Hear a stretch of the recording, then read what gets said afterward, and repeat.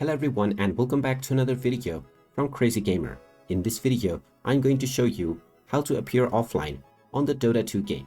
So let's get started right away. First of all, if you have already opened up the Dota 2 game on your device, and if you are connected to the internet, then this will automatically take you into the online version of the game.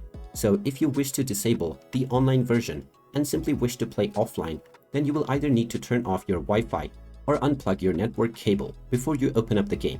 But if you have already launched the game with your internet connection active, then simply tap on the window key within your keyboard.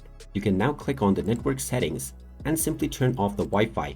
And as soon as you do this, you can go back to the Dota game and you will get a notification at the top letting you know that your current session is in offline mode and that you will not be able to connect online. Now, even if you don't see this notification at the top section, you can still tap on the Play Dota option to play within the offline mode of the game. And there you have it. That is how easy it is to appear offline within the Dota 2 game.